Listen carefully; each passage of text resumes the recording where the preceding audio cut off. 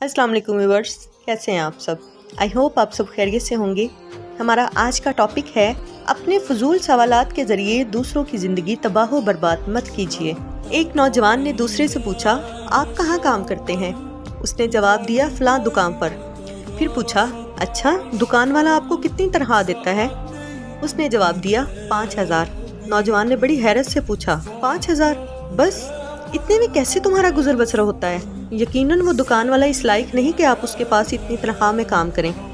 उसी दिन से उसे अपने काम से नफरत होने लगी। वो दुकान वाले से तनख्वाह बढ़ाने की दरख्वास्त करने लगा। दुकान वाले ने तनख्वाह बढ़ाने से इनकार कर दिया तो उसने काम करना ही छोड़ दिया। पहले जो कुछ कमाता था अब उससे भी हाथ धोकर बैठ गया और बेकारी की ज़िंदगी गुजारने लगा। एक खातून के यहाँ विलादत हुई। उसकी सहेली इस मुबारकबाद में उससे पूछ बैठी, तुम्हारे शौहर नामदार ने विलादत के इस मुबारक मौका पर तुम्हारे लिए क्या तोहफा पेश किया? उस खातून ने जवाब दिया, कुछ भी नहीं। उसकी सहेली बड़ी हैरत से कहने लगी, कितनी अजीब बात है, क्या उसके नज़दीक तुम्हारी कोई अहमियत ही नहीं? वो सहेली अल्फाज का ये बारूद उस पर डालकर चलती बनी। जोहर के वक्त उसका शौहर घर आया तो देखा बीवी बहुत नाराज़ बैठी है। दोनों में लड़ाई हुई और मामला तलाक तक पहुँच गया। ये तबाही कहाँ से शुरू हुई? उसकी सहेली की उसी बात से। बयान किया जाता है कि एक बाप था, बड़ी सुकून और इत्मीनान भरी ज़िंदगी गुजार रहा था। किसी ने उससे कह दिया कि तुम्हारा बड़ा बेटा तुम्हारी खैरियत पूछने नहीं आता। कितनी अजीब बात है, आखिर उसके पास क्या मजबूरी है? फिर क्या था, उसके बाप के दिल में ये बातें घर कर गईं और उसी दिन से उसकी सुकून भरी ज़िंदगी गारत हो गई।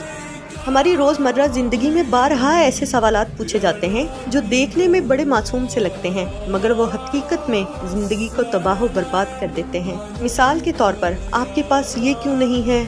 आप वो फलां चीज़ क्यों नहीं खरीद लेते? आप ये अजियत भरी ज़िंदगी कैसे झेल रहे हैं? आप इस बंदे को कैसे अपनी ज़िंदगी में बर्दाश्त कर रहे हैं? बसा औकात हम इस तरह के सवालात नादानी में या यूं ही बतौर तफरीह कर बैठते हैं, लेकिन शायद हमें नहीं मालूम होता कि ये सवालात मुखातिब के दिल में कितना गहरा ज़ख्म दे जाते हैं। इस पैगाम का खुलासा ये है कि किसी की ज़िंदगी तबाह करने का सबब ना बनो। एक और नसीहत, जब किसी के घर में दाखिल हों तो एक अंधे की तरह, और जब वहाँ से निकलो तो एक गूंगे की तरह। इस तरह के नसीहत आमूज़ पैगाम भेजते हुए मुझे अपने बारे में हरगिज़ ये दावा नहीं होता कि मैं बहुत पाक साफ हूँ। इसलिए इस पैगाम का सबसे पहला मुखातिब मैं अपने आप को ही समझती हूँ। इस पैगाम का एक ही उन्वान है, दूसरों की ज़िंदगी तबाह व बर्बाद मत कीजिए। जज़ाकल्लाह।